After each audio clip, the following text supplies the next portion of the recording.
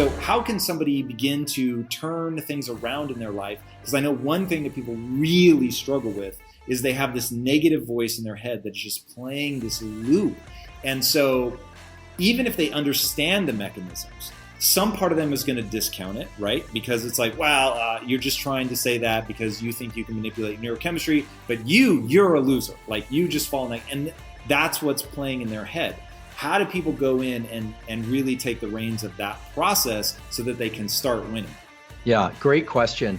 So, I'm never going to argue that we can subjectively control all of our experience, because there's some things that just genuinely suck, right? And it's important to register those not so great events or terrible events, because they can drive us also. We can be driven from a place of anger, frustration, and revenge, or we can be driven from a place of, love, gratitude, and et cetera. I'm not here to judge which one is better or worse, but the nervous system doesn't distinguish between them. So if you're the kind of person that needs to, kind of budge yourself into something, great. If you're the kind of person that wants to do things from more of a warm, fuzzy feeling, that's fine too. What I will say is this: the ability to tap into this dopamine reward system, which is activated anytime you're in pursuit of something that's outside the boundaries of your skin and literally the boundaries of your body, as well as the reward system, the serotonin oxytocin system, which is really about the things that are contained within your own body and immediate experience, things like gratitude and, touch and comfort and things like that with loved ones. The ability to tap into both is crucial. Now, you said something really important, which was, negative thoughts.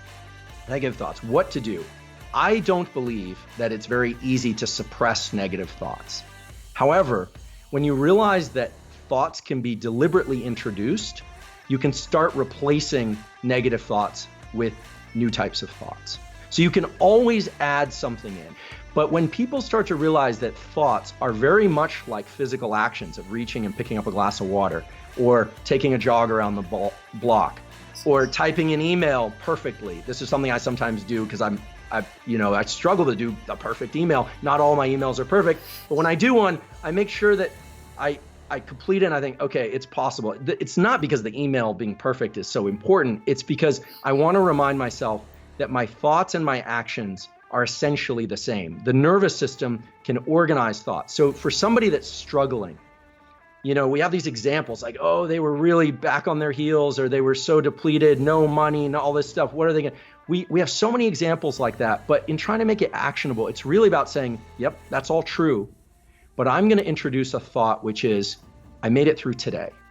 I made it through today, and that's actually worth celebrating at a micro level. So if you can give yourself dopamine rewards in small increments, right? You're not trying to celebrate that you made it through one day. Sometimes that's a huge feat, but most of the time, you just want to dose yourself with a little bit of that internal release of dopamine. You start rewarding incremental steps. And if there's anything that your listeners could take away from this whole thing about dopamine and reward schedules and being in movement, it's reward incremental steps, in particular, incremental steps that are about forward action. So maybe that's writing an email. Maybe that's that run around the block. Maybe that's something much grander for you. As you get better at things, right, the stairs get further and further away from one another because you've achieved more success. And so they tend to be, you have to take the rungs on the ladder further apart, so to speak. That's a time when you really need to implement not only the dopamine rewards, but also those serotonin and oxytocin rewards, et cetera. So to make it actionable, I would say, remember, don't spend so much time trying to suppress negative thoughts. If you need trauma therapy, pursue that with a professional. But if you have negative thoughts, just remember, I can also introduce positive thoughts. The same way I can control running around the block. Positive thoughts are the equivalent of forward physical action. And if you reward them internally, you buffer yourself against the quitting circuit, this norepinephrine circuit we were talking about before. You are building a stronger version of yourself completely between your own ears. And some people say, well, that's silly.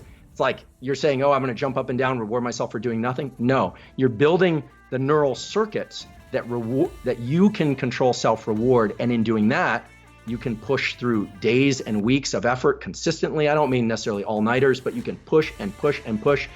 My career is one that was made over 2 decades. It wasn't, we had our big, peaks, and we had a lot of valleys, but learning to control these rewards is absolutely key. And I know you've done this too, Tom. It's like, the huge wins are great, but it's really about rewarding these increments so you can keep going another 30, another 40 years, 50 years, 100 years, if that's how long, if David Sinclair has his way, we'll live 100 more years, all of us. So